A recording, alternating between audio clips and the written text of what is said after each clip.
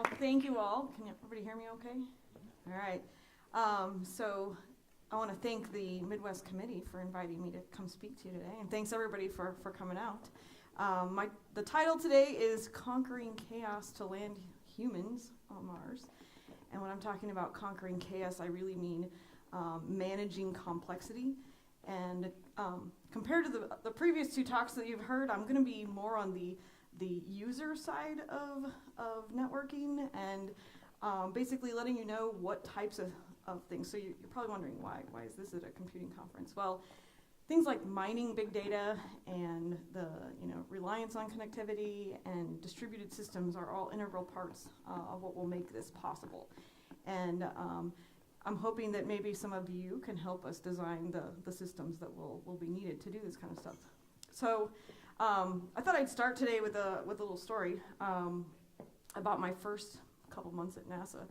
It was 17 years ago this month, actually, that I started as a graduate student at the NASA Langley Research Center in Hampton, Virginia. I was working at the center, taking classes there, and we were all assigned a project, a NASA project to work on. And my first project was to write the software to download instrument data from a spacecraft that was on its way to Mars.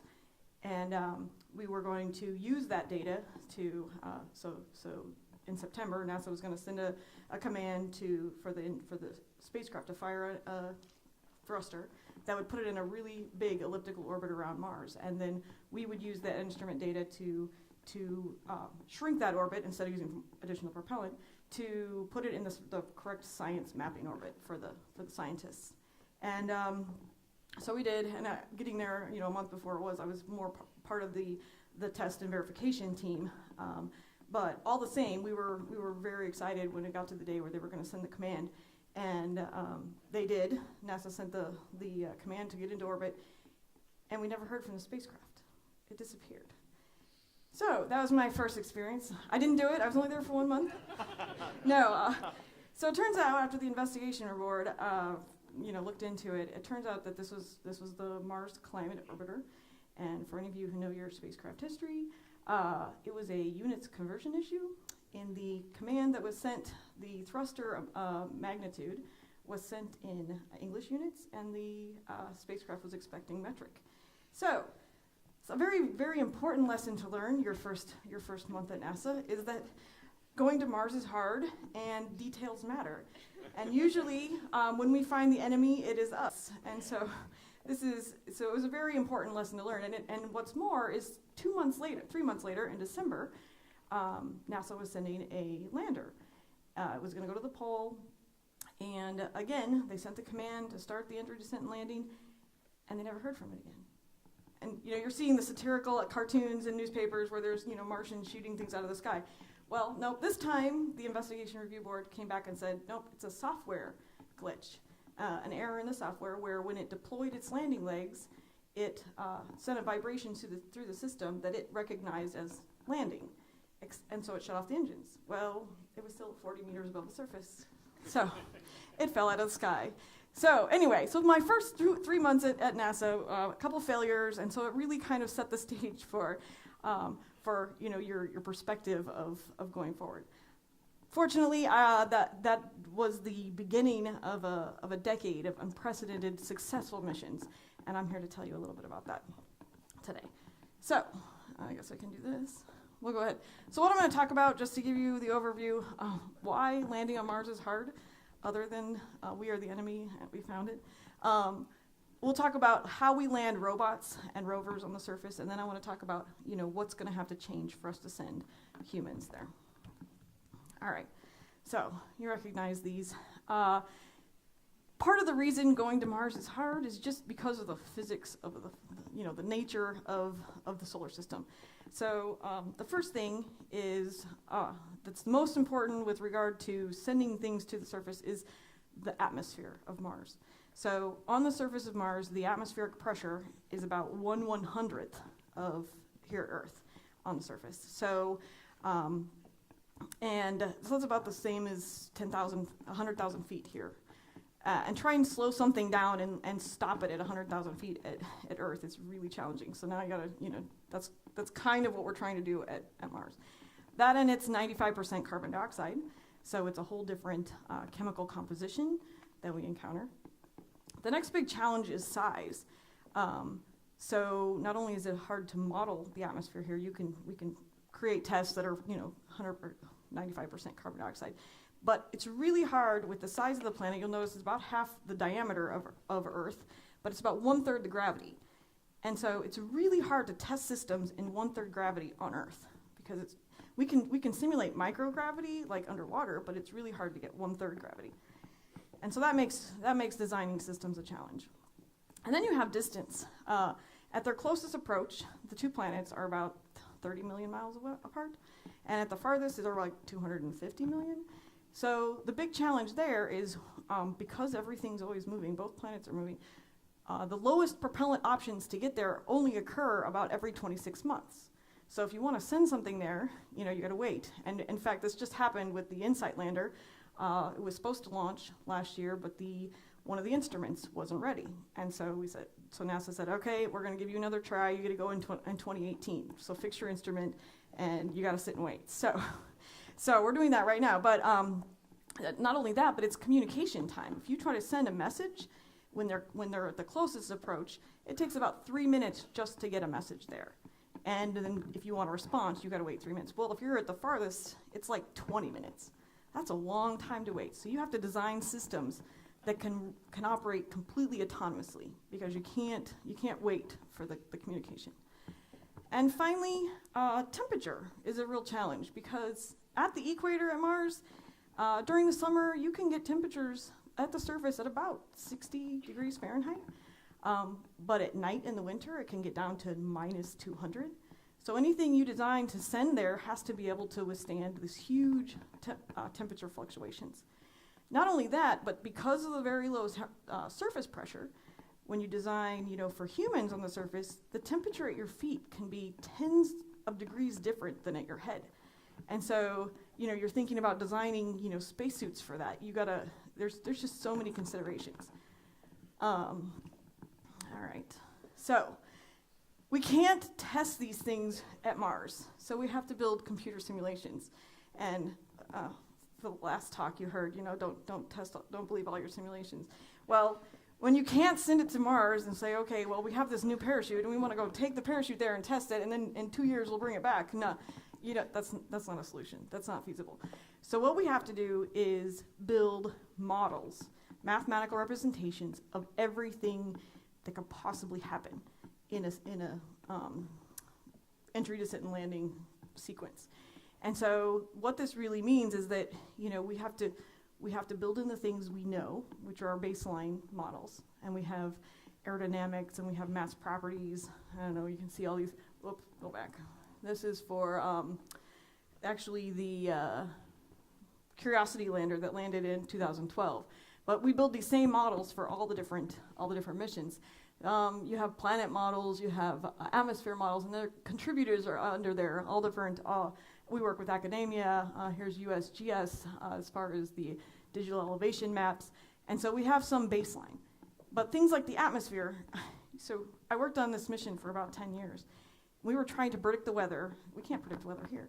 We were trying to predict the weather on Mars on a day, August 6th in 2012, and it was 2009, it was 2000. So it's really challenging. And so you have to account for the things the mean atmosphere. You have to account for the things you don't know, which is the uncertainty in the atmosphere. And then you have to account for the things that you don't know, which we do with margin.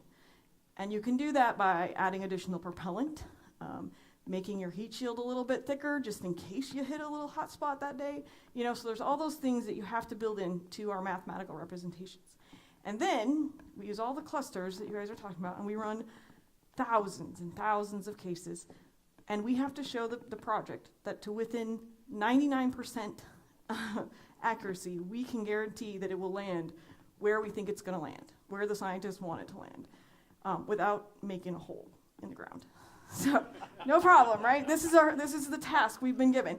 And so we use clusters of systems, all the things you guys are talking about. But when you're talking about, distributed systems, once we finally get humans to the surface, that's a whole different challenge that we're just now starting to to work through. So I thought I'd show you how this actually happens. We've had four landers since 1997. There's 4 rovers. We've had a couple other landers since then, but I'm going to talk about the rovers specifically. The first one was the Sojourner rover in 1997. It's about the size of a microwave. It was sent on exactly the same platform and entry system as these larger Spirit and Opportunity rovers, and they were about the size of a golf cart by the time you stand them up and everything. The total mass that was landed that was usable was about 300 kilograms. So, and then by the time we did Curiosity, it was 900 kilograms. So we've tripled the mass that we're trying to deliver. And what you'll see is that we had to rethink our whole system for how to deliver things to the surface. So with this, I want to walk through how we send these to Mars, because I don't know how many people have followed this, familiar with it. So this is one of the exploration rovers, Spirit or Opportunity, all folded up. They're going to put it in the spacecraft. They fold the solar panels up, and then what we did for this mission is we landed on airbags, just like in your car. Same whole mechanism. You give it a little burst, and they all open up right before landing so that it bounces and rolls successfully. So you see it's all packed up in here. And then we have a back shell to protect it during entry, and a heat shield, which is the part that heats up. And we want to maintain about a room temperature inside it, so this is what this whole encasement is supposed to do. And then we stack it up and we put it on a rocket. So here you see that the back shell, there's the whole rover folded up, there's the heat shield, and we put a cruise stage on it. That part doesn't go to the surface, but we need it to get to Mars, because when we launch, we don't exactly shoot straight from Mars. We kind of shoot a little off of it, and we take a little bit of propellant to steer us as we go. It's about 4 or 5 maneuvers we'll do along the way. And it's because if we somehow lose contact with the spacecraft, we don't crash into it and bring some sort of life or bacteria that we end up finding a few years later and saying, oh, yay. And it turns out it's from Earth. So they don't aim at Mars, but that's what that cruise stage is. And it's got the communication and a little bit of propellant to get it there. And they stack it all up and they put it on top of a rocket. So here's the Mars exploration rovers on top of a rocket. So then, what does it look like when we launch them? Now, you can go on YouTube and find the actual launches, but this one is an animation that's going to let me talk through what happens when we launch it. Let's see if you guys can hear it. It should have sound.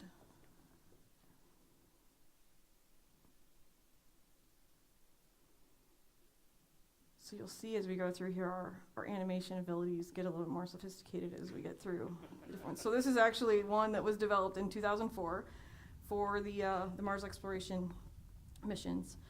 So this is, again, it's an animation, so we can get really good perspectives of the whole rocket through the whole thing, but you can find it on YouTube. So here's the whole stack. It's a Delta rocket. Those little things at the bottom are solid rocket motors, those little pieces.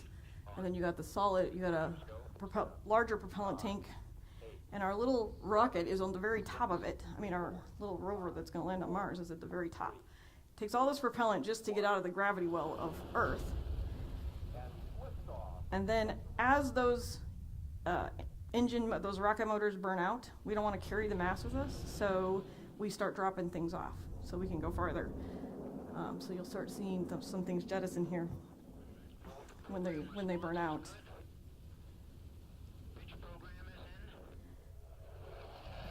So most of the things will burn up in the atmosphere. A few of them do fall back to the ocean. That's why we launch over the ocean. So it continues to get rid of all the pieces it doesn't need. When that's empty, it burns out. It does several different burns to get it on the right course to Mars. And as each rocket motor depletes, it jettisons it. We no longer need the shell that protected it during the atmosphere, so that gets rid of. And then, using angular momentum, we'll spin it up on our last burn to Mars to make sure we don't get off course and we don't have to correct it. We spin it up, and then it'll do one last burn. When that burns out, it'll separate it. And then we also don't want it to keep spinning. So we do a yo-yo D-spin, so you get angular momentum, 2 ropes go out, slows it down without having to use propellant. And that's it. So now this is what we do. We send it to Mars. Gravity, the whole solar system, sends it on its way, and we wait for 8 months to get there. Yeah. So then what happens is, it gets kind of complicated. We don't just call it, landing on Mars, because it's 3 different flight regimes. And so we divide them up because you have different experts in each different regime. So we call entry the really hot phase where you're traveling Mach 20, your hair on fire, you're going in. Yes, so this is the hypersonic phase. And then we have descent, which, so the atmosphere is thick enough that you have to protect against it, but it can't slow you down enough to stop you. So you have some intermediate phase at supersonic speeds. You're going about Mach 5 to Mach 2, and you have to find some way to slow down. And then we have landing. So then you have the part where you're, just before you touch down, or somehow you got to take that last bit of the velocity out before you make a hole in the surface. So this is what happens when it gets there for the Spirit and Opportunity and Sojourner rovers. This is what it looks like. For 300 kilograms to the surface, entering with about 500 kilograms. So you arrive at Mars, you're coming in, you separate from that cruise stage because you don't need it anymore, and then you've already targeted the place you want to land, so now it's up to the atmosphere and the vehicle to get you there. So you're traveling about 13,000 miles per hour at this point. By the time the parachute deploys, you're going about 1,000 meters per second. 1,000 miles per hour. I gotta get my units right here. It's a real problem here. So anyway, it slows you down enough, and then at some point you have to get the heat shield off because you don't need it anymore once you get through that heat pulse. It lowered the vehicle down on a tether, and at the right point, and you'll see here in a second, it inflates the airbags, and then it's still traveling pretty fast, so it fires little retro rockets to slow it down right above the surface, and then it cuts it. And then it falls about 20 meters, and it bounces. So not only do you have to build a robust vehicle just to handle the temperatures and stuff on Mars, you got to be able to survive this. And it did. It rolled. We could see from the satellite images where it bounced, and it bounced and rolled about 15 times. I don't have the video in here, but it opens up, and they all worked fine, and Opportunity is still working great on the planet. Spirit got stuck in a sand trap about 2010, but these missions were only designed to last 3 months, and it's been 10, 12 years. So they were remarkable, and we've learned a ton about the planet doing so. But the key about this is, and Opportunity just passed its marathon mark, so I don't remember kilometers or miles, but it just passed it. So it's been there for 12 years, and they like to compare it to the Apollo 17 mission that went to the moon, because they were there for 22 hours. I don't have the plot in here, but they were able to cover more area on the moon in those 2 days that they were on the surface, or 3 days on the surface of the moon, than this little rover has in 12 years at Mars. So it just gives you a perspective of, what could we do if we sent humans? All other, arguments aside. So we landed these, and why we should go. We landed the 300 kilograms. It worked great for both missions, and then we wanted to send Curiosity. And Curiosity like I said, was 3 times heavier. And we tried airbags initially, and they all popped. And so we said, okay, because we went to Home Depot and got some rocks and put them in a rock garden and started dropping things with this mass, and every single one of them popped. So we had to come up with something different, and it caused a lot of stress, and about 10 years, and a delay of, actually we delayed, we were supposed to launch in 2009. We didn't go till 2011. But here is an animation showing you the challenges that this mission had, and you'll see how different they are compared to Spirit and Opportunity. Oh, wait, it didn't go. Just a second. Let me try it again. All right. You can find all these videos on the web if you type When in people look at it, 7 it's minutes crazy. of terror. That's a very natural thing. Sometimes when we look at it, it looks crazy. It is the result of reasoned engineering thought, Try debugging these. That was not but fun. it still looks crazy. From the top of the atmosphere down to the surface, it takes us 7 minutes. It takes 14 minutes or so for the signal from the spacecraft to make it to Earth. That's how far Mars is away from us. It's kind of dramatic, but it's So kind of cool. when we first get word that we've touched the top of the atmosphere, the vehicle has been alive or dead on the surface for at least 7 minutes. You can hold your breath for 7 minutes. I tried it. Entry, descent, and landing, also known as EDL, is referred to as the 7 minutes of terror because we've got literally 7 minutes to get from the top of the atmosphere to the surface of Mars, going from 13,000 miles an hour to 0 in perfect sequence, perfect choreography, perfect timing, and the computer has to do it all by itself with no help from the ground. If any one thing doesn't work just right, it's game over. We slam into the atmosphere and develop so much aerodynamic drag. Our heat shield, it heats up and it glows like the surface of the sun. 1,600 degrees. During entry, the vehicle is not only slowing down violently through the atmosphere, but also we are guiding it like an airplane to be able to land in a very narrow, constrained space. This is one of the biggest And challenges these are all the that we're folks we work facing, with on the mission and too, one that so we had never they're not attempted actors. on Mars. Mars is actually really hard to slow down because it has just enough atmosphere that you have to deal with it. Otherwise, it will destroy your spacecraft. On the other hand, it doesn't have enough atmosphere to finish the job. We're still going about 1,000 miles an hour. So at that point, we use a parachute. The parachute is the largest and strongest supersonic parachute that we've ever built to date. It has to be able to withstand 65,000 pounds of force, even though the parachute itself only weighs about 100 pounds. When it opens up that fast, it's a neck-snapping 9 Gs. At that point, we have to get that heat shield off. It's like a big lens cap blocking our view of the ground to the radar. The radar has to take just the right altitude and velocity measurements at just the right time, or the rest of the landing sequence won't work.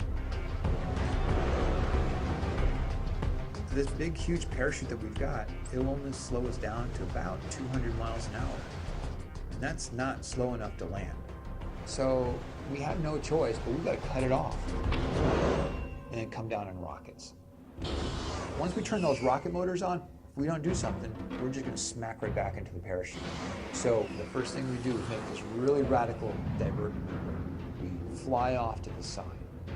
Diverting away from the parachute, killing our horizontal velocity and our vertical velocity, getting the rover moving straight up and down so it can look at the surface with its radar and see where we're going to land. And we head straight down to the bottom of a crater, right beside a 6-kilometer high mountain. We can't get those rocket engines too close to the ground, because if we were to descend propulsively with our engines all the way to the ground, we would essentially create this massive dust cloud. That dust cloud could then go and land on the rover. It could damage mechanisms and it could damage instruments. So the way we solve that problem is by using the sky crane maneuver.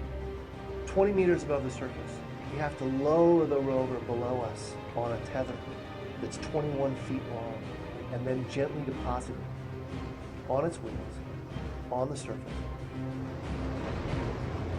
As the rover touches down and is now on the ground, the descent stage, it's in a collision course with the rover. We must cut the bridle immediately and fly the descent stage to a safe distance from the rover.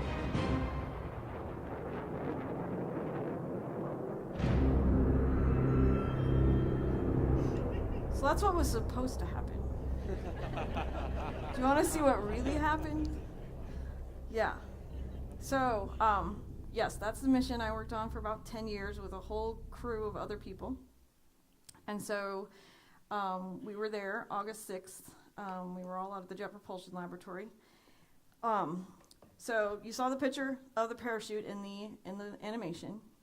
So what we did is that day of entry, we aligned the orbiters that were at the planet to take a picture of entry. And this wasn't to pat ourselves on the back, yay, we did. No, this is because if we failed, like those ones that remember we heard about at the beginning, if we failed, we needed to know what caused it.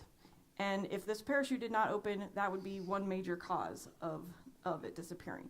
So with each mission we've sent, we've tried to do additional instrumentation so we can actually learn a little bit more. I told you about that margin we put on the systems because of the things we don't know. But that costs mass. And so if we could, go and measure how much, the heat shield really burned away, turns out for this mission we took way too much. We actually changed the whole TPS material, and after we went back and analyzed the data, we wouldn't have had to. But this is all the things where after we instrumented something, we learned that much more about our system.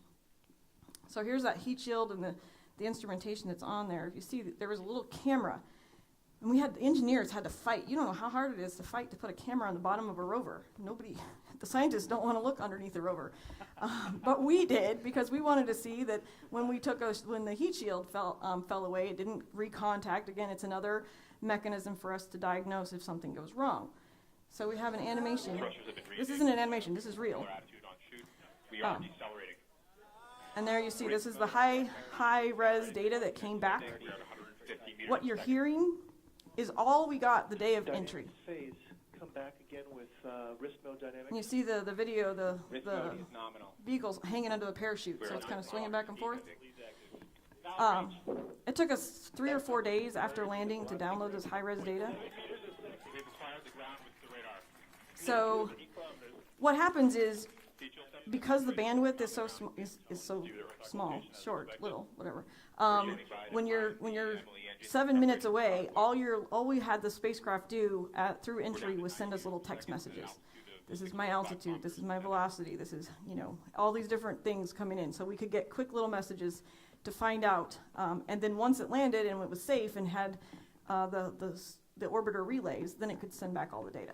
So then we overlaid the actual footage with the text and the data we were getting the day of entry. So it worked great for the first time we got to see it. We also didn't know if SkyCrane was going to work. So here's the footage we have of that. Signal to Odyssey is still strong. Odyssey is the spacecraft that we're getting data from. We are in powered flight. So they've just turned on the engines. We're at altitude of 1 kilometer descending. So they're just About 70 meters per second. 1 kilometer above the Signal surface. to Odyssey remains Down to 50 meters per second. 500 meters in altitude. You'll see the rover wheel come out in just a second, just like the animation. Standing by for SkyCrane. Constant velocity accordion nominal. Altitude error 5.9 meters. We found a nice flat place. So We're you see up the and ready for engines SkyCrane. are blowing the dust off the surface. You're getting really close. Down to 10 meters per second. 40 meters altitude. There's the wheel that just popped out. SkyCrane has started. And so it's starting to lower the rover down to the surface from 20 Sending in meters. about 0.75 meters per second as expected. It's getting dark, it's Expecting getting really climate close. shortly. I don't know how this is looking up there. Signal to Odyssey remains strong. So there's not much to see now. Tango Delta nominal. So that was our touchdown notice, but we were not allowed to start celebrating it because we did not know if they were going to actually separate from the SkyCrane. You don't know how many conversations we had. What happens if the SkyCrane pulls us along? What happens if, we fall off a cliff, right? So we had to wait till we got the instrument data back that says it wasn't moving. And when we heard that the MEMU was stable, that means it wasn't moving, then we were allowed to celebrate. And so we were all dying. But this all happened 7 minutes ago, so whatever happened was already done. So here we are. We were actually in the war room. I was part of the EDL team that was in the war room. If you look really carefully in the middle, it's hard to stand up when you haven't breathed for 7 minutes. But we're all there celebrating, and it worked amazingly well. Holy crap. You put together a plan, and it worked perfectly. So this is I told you we ran thousands and thousands of cases to tell them how close to this mountain we were going to put them, because they didn't want to drive too far, and we don't want to wear out the rover before we get there. So we had to put them like as close to the thing as we could without actually smacking into the side of it. So this was our footprint for the 99 percentile of 100,000 cases. And the triangle that you see there is actually where we landed. So we were about a kilometer away from where we landed. So this is about a 20 kilometer by about 10 kilometer ellipse that we tried to put this in. So this was 1 metric ton on the surface, and we were able to land within a kilometer of where we were going, but this is a pretty big circle that you're trying to get to. So think about when you land humans, they're not going to want to walk 10 kilometers. This is not good enough. This is not going to work for them. It worked great for Curiosity, and Curiosity is still there. We were able to get a high-res image of all the pieces we jettisoned. So here's another problem we have with humans. You don't want to be dropping this stuff on top of things you've already landed. But we did find the parachute, the sky crane, and the heat shield after landing. Let's see. Here's a selfie. Of course, everybody's got to have selfies. Okay, so what has to change now that we've, before we landed Curiosity, I don't know if anybody's ever had kids here and you have your first kid and then you go and have a second kid, and the day you have the second kid, the first kid is like giant. Well, this is kind of the opposite happening here. So, because they just got so big compared to this little one. Before we landed Curiosity, this thing was monstrous. It was like the biggest thing we've ever even imagined landing on Mars. And as soon as we landed it, we're like, because the humans to Mars people are coming to us and saying, yeah, so we've mapped this all out and we have a whole plan and we want to send people there and we want them to be there for 300 days and this is all the stuff they have to take. So now you have to land 20 metric ton. And we're going, sure. We had to redesign the system just to get 3 times as much mass. Now we're doing orders of magnitude. And, oh, by the way, they don't want to walk very far, so can you land them within a kilometer of everything? So, we're going from 20 kilometers down to a kilometer. So we have a few challenges in front of us, and this is, this goes all the way through the computing and the connectivity and the distributed systems. How do you communicate with these things? How do you do all these things? So I was going to tell you just in the few minutes I have remaining what NASA's plan is right now. To send people to Mars. So, and I was going to walk through it as an example. So we have this thing called the Evolvable Mars Campaign, and they're the ones who, like I said, are going through and saying, we're going to use all we've learned on International Space Station, all we've learned from the asteroid redirect mission, and try to see what we can use to get people to Mars. And so here were some candidate landing sites that Curiosity considered but didn't use. And so we're going to pick one of them to go through this example. And we're going to pick Jezero Crater, that's right there with that red dot. And we're going to walk through what it would be like to try to redesign missions to actually put people at a spot that the scientists want to go to. But the scientists say, look, if this is Jezero Crater, it's got a huge mineral deposit at an opening of what would have been a giant lake bed. And so they're very interested to see what would be here. But, oh, by the way, don't land on it because we don't want you to contaminate it. So could you just land close to it? So we're like, all right. So we found this one spot inside this crater that would work for landing. And it also has this nice little feature that if we took nuclear power sources, we could bury them, and kind of like the movie The Martian. It's really not that far off from what we're planning. So we've got this nice little place, Site A, that we've identified, and here's that little box that you saw on the previous slide. So that's 1 kilometer, right? And so we have to look and see if we can land a bunch of different things here. So these are potential landing zones, and so if you look at the little yellow circle is our 100 meters. They want us to be able to land in 100 meters. Remember, MSL was how many kilometers? Yeah, we have to land in a 100-meter diameter circle. And, oh, by the way, because, our rockets are probably going to blow rocks and stuff around, and it happened on the moon. They sandblasted anything that they landed near. We don't want to sandblast something we landed that's important to us. So, can you land a kilometer away from everything just for now? And then they'll figure out how to move stuff later. But we found this, so this works at Jezero Crater. We found 6 or so sites that we think we can land at. And through the Evolvable Mars campaign, they've outlined what things they want to land when. And so here's one, potential manifest for how we would get these things if we could land them on the surface, what they would look like. So the first one you see, there's a technology demonstration 1, where this is a little surveyor mission that goes out and says, here's a good spot to land, here's land here, or maybe it brushes off the soil and, gets the rocks out of the way or something. But it lands there and does the surveying. And then we have a cargo lander 1 that's got rovers and power supplies and that kind of stuff that it delivers. And then we land another one, a Mars ascent vehicle, so that when the people come, they have a way back because, by the way, NASA is bringing people back. There are other people that are going on one-way trips. NASA is bringing them back. So we have an ascent vehicle that they can launch from, and then there'll be another cargo lander, and we won't send the people until we know that that we've made the propellant for the Mars ascent vehicle and it's completed and it's ready to go. So when that's all done, then we'll bring the people in this little habitat here, and so then they can spend 300 days or whatever it is on the surface. And then if another mission comes, then we'll be able to squeeze a few more in, because if they launch, then you can land another one next to something that's not there anymore. And although that's really far away from where their next MAV is, and then there's this power unit that they've buried, and then the cords travel all over. So that's a notional concept. So how are we going to actually land these? Because you know how we had to change everything just to go from 300 kilograms to 500 or to 900. And these are the types of things, the sizes of things we're going to try and land. And there's a little person, me, next to these notional characters, these notional configurations. So we've come up with, we're not going to be able to use sky crane, and we're not going to be able to use airbags. So we got to come up with something different. And one of the ideas that we've come up with is inflatable structures. So if you can imagine the dark part here being the inside of the launch vehicle, then once you get to Mars, then you inflate this, and it serves as your drag device to slow you down, similar to the heat shield, and you put thermal protection system on it. And so here's one of the concepts that we're considering. It's called a HIAD. It's a hypersonic inflatable aerodynamic decelerator. Say that 3 times really fast. But it's the same concept that you saw before. It's stowed before you get to entry, then it inflates before you hit the hot spot, and then you somehow turn on the engines magically. We're still trying to figure out how to do that.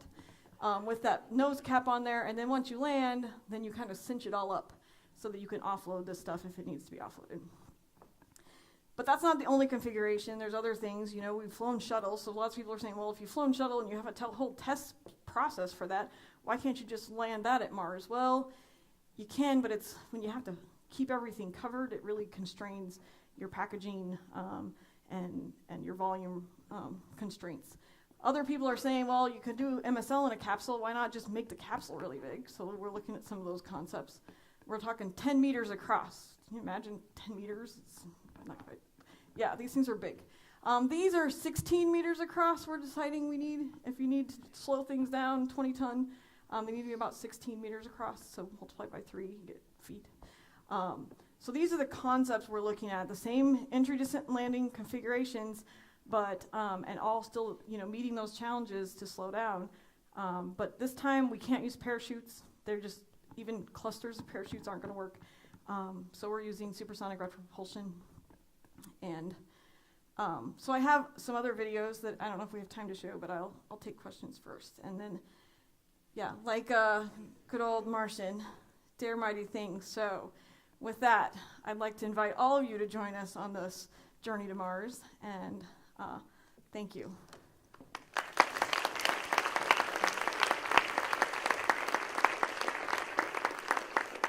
So if there's some questions, I might be able to take a couple. But I cannot see you if you have a question, so just shout it out. Okay.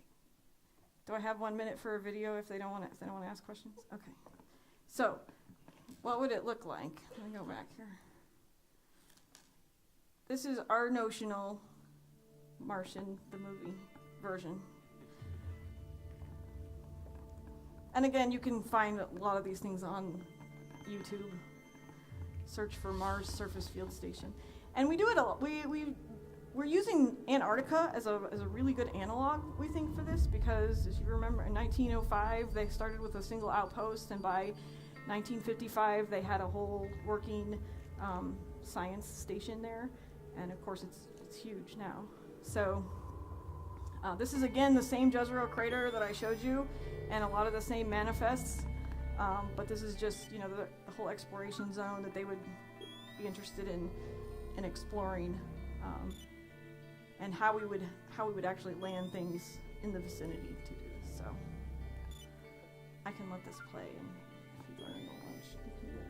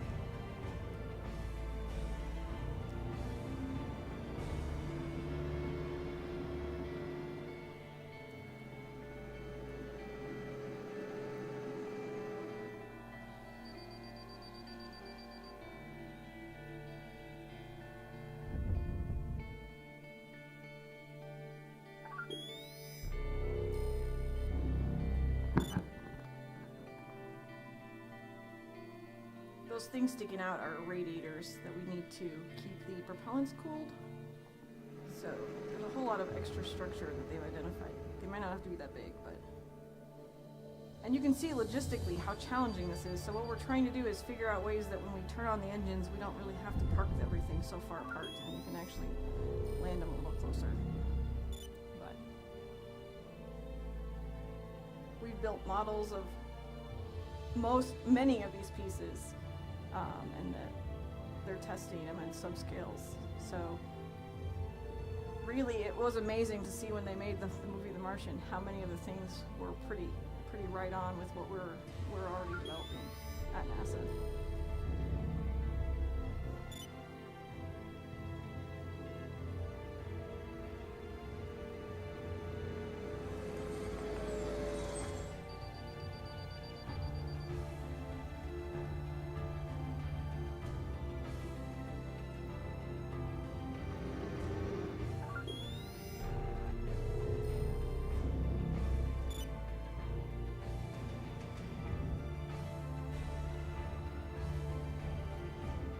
Get a feel for how far you gotta walk if something breaks down. It's really kind of spread out. One cool thing that's not cool, the sky at Mars is going to be red. And if anybody's been in a casino and you wonder why the walls are red, it's so you can't tell time. So we have a real biology problem of what we're going to do and how we're going to have the astronauts there.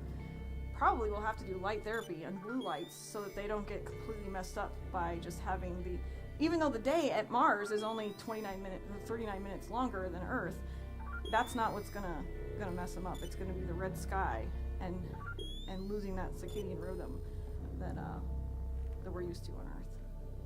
So the challenges are really just when you think you've solved one, so many more pop up.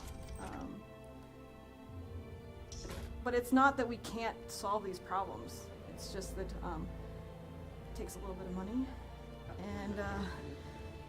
and a society that thinks it's worth doing.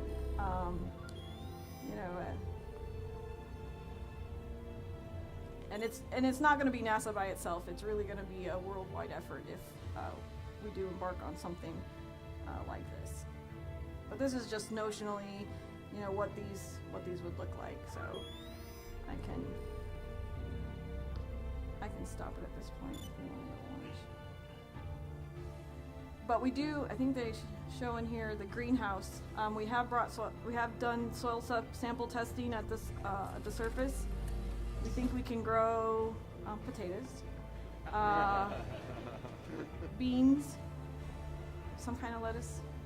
So they've done tests that the nutrient. I mean, obviously you're going to have to add water and sort of increase the temperature, but it can be used to do that kind of stuff.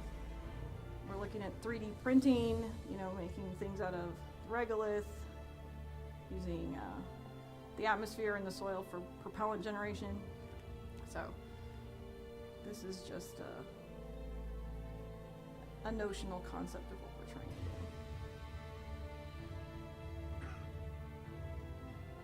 That's it.